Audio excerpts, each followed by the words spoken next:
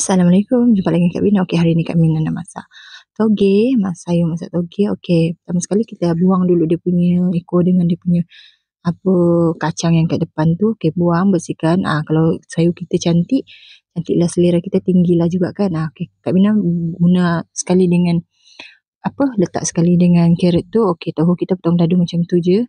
And then bawang merah, bawang putih, itu semata-mata itu je. Korang kalau ada ikan bilis ataupun udang kering boleh je.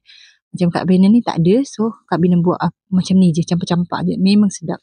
Sedap makan dengan nasi putih, dengan kicap. Lepas tu ada sambal belacan tu, memang padu dengan ayam goreng. Ikan goreng, macam tu. Inilah cara Kak Bina masak. Lepas tu dah campak tu semua, tutup tau. Korang jangan letak air, sebab nanti dia memang dah air tahu tu. And then dah siap, tengok tu kan cantik. Sekejap je toge tu, jangan lama. Mungkin dalam 5 minit, 3 minit je macam tu. So dia cepat masak. Okey, dah siap. Terima kasih. Jumpa lagi di next video Kak Bina. Jangan lupa like, comment and subscribe.